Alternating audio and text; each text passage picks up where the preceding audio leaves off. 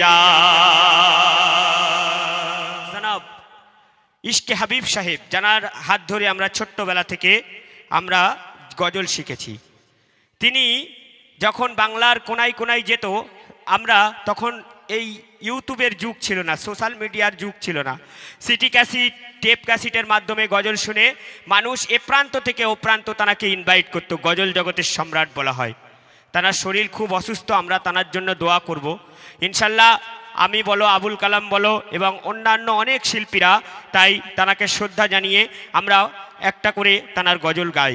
তো আমি যে কালাম পরিবেশন করে শোনাবো সেই খুব পপুলার কালাম ঈদ কা চাঁদ থেকে আল আমিন নবী আমার, খুব পপুলার একটি কালাম আপনাদের সামনে তুলে ধরবো। আশা করি মনোযোগ আকর্ষণ করবেন। অতি সুন্দর কথায় কবি লিখছে, বলছে শুনুন। আল আমিন নবী আমার, মুক্তি দাতা সবার, খোদা যারে বন্ধ করে দিল যে উপহার। আল আমিন নবী আমার, মুক্তি দাতা সবার, খোদা যারে বন্ধ করে দিল যে উপহার। আল আমিন নবী আমার, দেখো চেয়ে জগৎবাসী, দেখো দেখো রবি শশী, দেখো চেয়ে জগৎবাসী, দেখো দেখো রবি শশী, দয়া মায়ার সাগর এলো সবার মুখে ফোটে হাসে। এসো নেমে ফেরেশতারা দেখে হবে আত্মহারা, হয়নি এমন হবে না আর মুহাম্মদ নাম জাহার। আল আমিন নবী আমার, মুক্তি দাতা সবার, খোদা যারে বন্ধ করে দিল যে উপহার। আল আমিন নবী আমার। এক শিকারী এক হরিণীকে শিকার করেছিল। সে সকাল থেকে শিকার করে পথের ধারেতে বেঁধে রেখে দিয়েছিল। হরিণী খুব চেঁচাচ্ছে, কারণ তার ছোট ছোট বাচ্চা আছে। এমন সময় নবীজি সেই পথ দিয়ে হেঁটে হেঁটে যাচ্ছিল। তখন হরিণী কি বলছে শুনুন, অতি সুন্দর কথায় কবি লিখছে।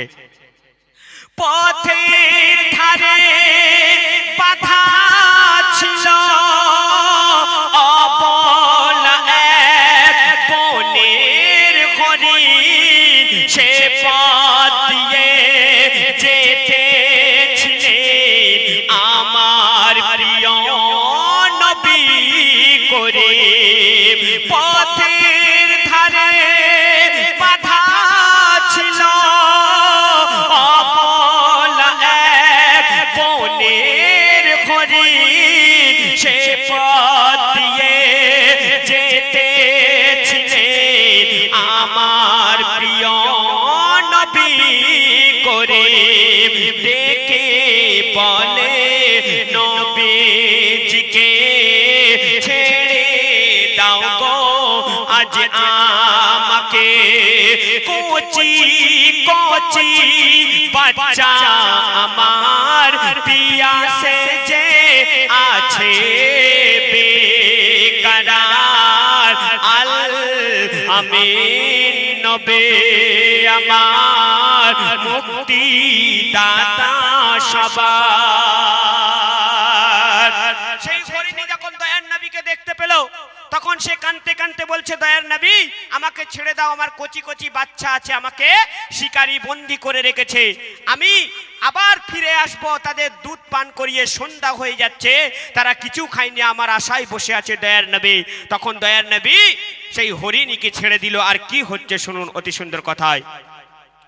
নবী যখন ছেড়ে দিল শিকারিয়ে, তখন এলো বলে বিনা হুকুমে আমার হরিণ কেন ছাড়া হলো। নবী যখন ছেড়ে দিল শিকারিয়ে, তখন এলো বলে বিনা হুকুমে আমার হরিণ কেন ছাড়া পেল।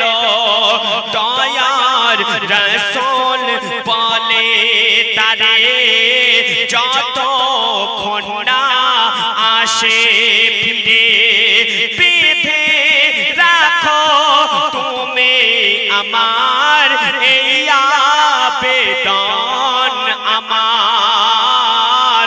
আল আমিন নবী আমার মুক্তি দাতা সবার। দয়ার নবী হরিণীর কান্না শুনে হরিণীকে ছেড়ে দিল। আর শিকারী তখন এসছে, তুমি কার অনুমতি নিয়ে হরিণকে ছেড়েছো? তখন দয়ার নবীজি বলছে, তুমি চিন্তা করো না শিকারী, যতক্ষণ পর্যন্ত না হরিণী আসে ততক্ষণ তুমি আমাকে বেঁধে রাখো। তখন সেই শিকারী হাসছে আর বলছে, তুমি কি পাগল হয়ে গেছো নাকি? ওই হরিণী আবার ফিরে আসবে, তুমি কি ভাবলে? বলছে যতক্ষণ না ফিরে আসবে তুমি আমাকে বেঁধে রাখবে। তখন সেই শিকারী তখন নবীকে বেঁধে রাখছে আর বলছে, তুমি কখনো আর ছাড়া পাবে না, কারণ হরিণ কখনো ছাড় পেয়ে গেলে আর কখনো আসে কি ফিরে? তখন কি হচ্ছে শুনুন অতি সুন্দর কথায় কবি লিখছে। দুধ পিলায়ে ফিরল হরিণ, যেখানে ছিল নবীজি জামিন। দুধ পিলায়ে ফিরল হরিণ, যেখানে ছিল নবীজি জামিন। দেখে শিকারী অবাক হলো, একই সেই আলামিন। দেখে শিকারী অবাক হলো, একই সেই আলামিন। অবলা হরিণ কথা বলে, তুমি শেষ নবী হলে। শিকারী শুনে লুটিয়ে পড়ে, শিকারী শুনে লুটিয়ে পড়ে, আর কলমা পড়ে বার বার। আল আমিন নবী আমার মুক্তি দাতা সবার। খোদা যারে বন্ধ করে দিল যে উপহার, আল আমিন নবী আমার। হরিণী সন্ধেবেলায় আবার ফিরত এসেছে দুধ খাইয়ে বাচ্চাদের। তখন শিকারী দেখে অবাক। তখন হরিণীর জবান আল্লাহর তরফ থেকে খুলে গিয়েছে, আর হরিণী বলছে, তুমি শেষ নবী, তোমার জন্য আমি আজকে জামিন পেয়েছিলাম। শিকারী তখন মাথা নত করে বলছে, ইয়া রাসূলুল্লাহ, ইয়া হাবিবাল্লাহ, আমাকে ক্ষমা করে দাও, আমি ভুল করেছি, আমি তোমাকে চিনতে পারিনি, এমন নবী আমার ছিল। তাই শেষ কথায় কবি কি লিখছে বলছে শুনুন।